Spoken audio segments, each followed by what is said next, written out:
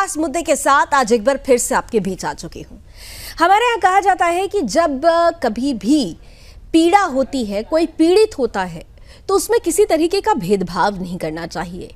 पीड़ित को जब पीड़ा हो तो उसको मरहम बराबर से लगाना चाहिए। लेकिन अफसोस के साथ कहना पड़ता है, हमारे देश की राजनीतिक विडंबना है ये कि देश के राजनेता उस पीड़ा को भी अपनी सहूलियत के हिसाब से चुनते हैं और पीड़ितों को मरहम भी अपनी सहूलियत के हिसाब से ही देते हैं। यहां मुझे ऐसा इसलिए कहना पड़ा क्योंकि संभल में 24 नवंबर को जो हुआ, दुनिया ने देखा कि किस तरीके से सांप्रदायिक सौहार्द को बिगाड़ने की कोशिश की गई, सिर्फ और सिर्फ एक सर्वे के नाम पर। मारे गए अयान, कैफ, बिलाल, नईम। ये कहा गया कि ये पीड़ित हैं, इनसे सपा और कांग्रेस का डेलीगेशन मिलना चाहता था। अब आज मौका मिला, पहुंचते हैं तो इन चारों के परिवार वालों से मुलाकात करके उन्हें 5-5 लाख रुपए का चेक दिया जाता है, मुआवजा दिया जाता है।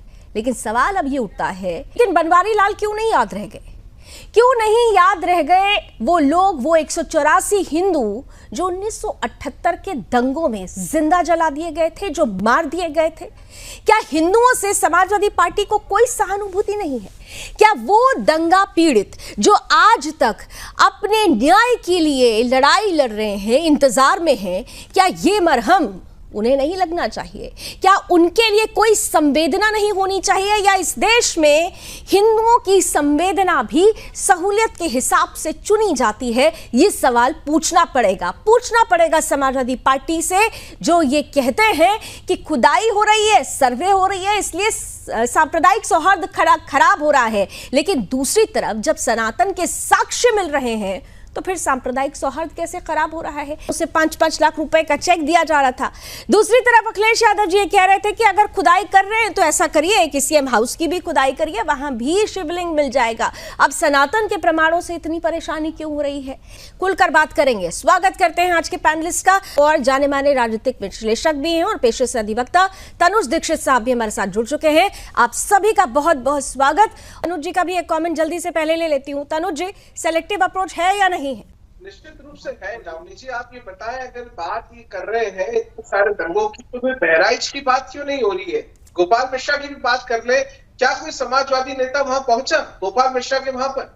अरे राजनीति अगर करनी है तो आप ये बताएं, सन 78 में दंगे हुए, 16 बार संभल में दंगे हुए। मैं पहले भी सुदर्शन में हम इस पर डिबेट करी, तब हमने पहले भी बात रखी कि 16 बार के दंगों में 184 हिंदू मारे गए, और मुसलमानों के क्या आंकड़े, वो भी उस पर भी चर्चा करूं। वहां 4, और आज उससे बड़ी बात यह है, अगर हम इनको ओवरऑल देखें तो 16 बार के दंगों में 35% आबादी संभल में हिंदुओं की कम हो गई है। ये कोई छोटा विषय नहीं, ये बहुत बड़ा विषय है, जिस पर ध्यान देने योग्य बातें हैं।